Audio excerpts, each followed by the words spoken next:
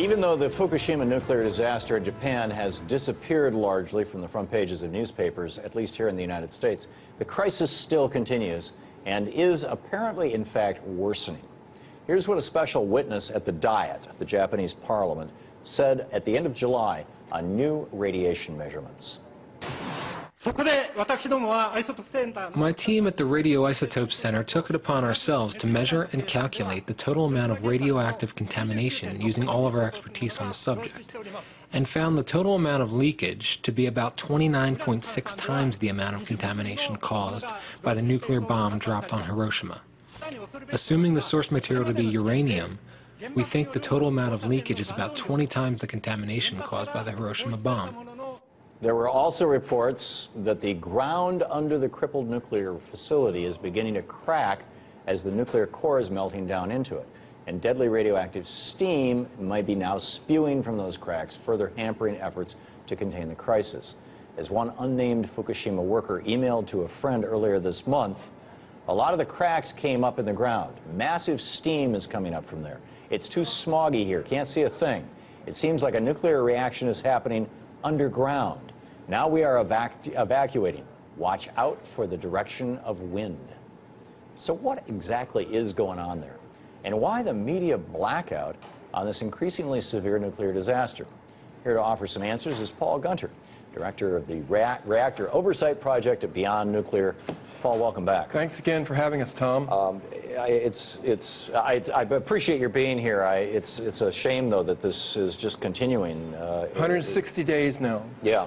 In fact, that clip that we just played of the guy in the Diet testifying was sent to me by a dear friend of mine who's Japanese and lives in Tokyo. They're really starting to get worried. I mean, this cracks at the plant, radioactive steam coming out of the earth, that sounds an awful lot like, and my knowledge of this is limited to having seen the Jane Fonda movie, but that sounds a lot like the China syndrome, the core melting down through the earth and hitting the water table. Right. That's clearly a concern that we've had all along, that we know now that there have been 3 meltdowns at the reactors at this 6-unit site, and that the vessel has failed. Now what seems to be the situation is that this corium, this melted reactor core, has burned through the concrete floor of the reactor building or buildings and has now burned into the earth, and reaching groundwater is creating steam. And what the readings we're seeing now suggest that it's off scale for the instrumentation that's being used by workers, which is 10 sieverts per hour. So right now it looks like just 10,000 millisieverts. It's 1 million millirem. It's 500. So 500 rem is a lethal dose. This is 1,000 rem coming out of these cracks. So we're seeing doses that could cause fatalities within days. Just put this in a context that people understand. You said it's 1 million millirems. How many millirems is, say, a dental x-ray or a chest x-ray? Well, the US NRC, the permissible dose for the public is 100 millirem per year. This is 1 million millirem per hour. Wow. So these are lethal doses that are coming up out of the ground. So, they've been looking to contain this accident by building tents over the reactor units, which is kind of ludicrous in and of itself and shows the desperation measures that are now being employed. But now it's coming up out of the ground through cracks around the facility, so the accident is now clearly much more seriously out of control than they're willing to admit. It's escaped into the wild, essentially. Absolutely. And, we were involved in a NRC, U.S. Nuclear Regulatory Commission hearing on July 28th of this year, where the U.S. Nuclear Regulatory Commission basically admitted that fuel fragments found over 1.5 miles away from the facility did not come from explosions from the fuel pool, from those spent fuel pools up on top of the reactor buildings that we've been talking about. These were fuel, according to the U.S. Nuclear Regulatory Commission, those fuel fragments were ejected from the reactor cores in those explosions. Wow. So the cores were breached immediately. That seems to be the concern right now, and you know, we continue to see stories about aerosolized radioactivity turning up on the West Coast.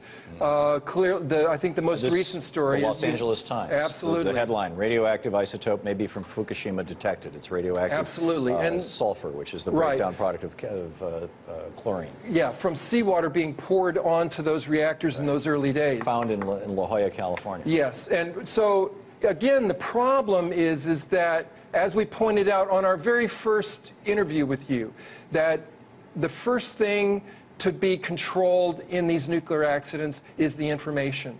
And now, 160 days into this accident, and still worsening, we still see that the information is being withheld. There's an incredible lag time, months before we really understand the situation. This fellow who testified before the Diet said 20 to 29 times more radiation has been emitted from Fukushima than the Hiroshima bomb. I mean, this horrified the Japanese, made the Japanese press. This was a big deal in Japan.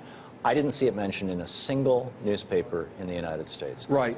So is the blackout here, there, or in both places?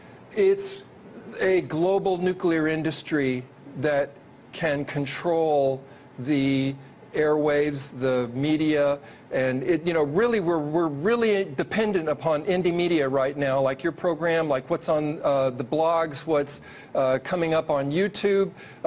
This is where news on Fukushima breaks first. Wow.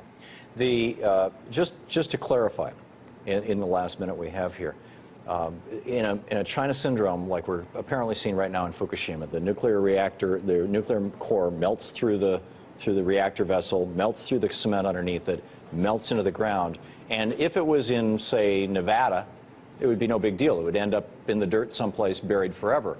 But if it hits a water table, it explodes out.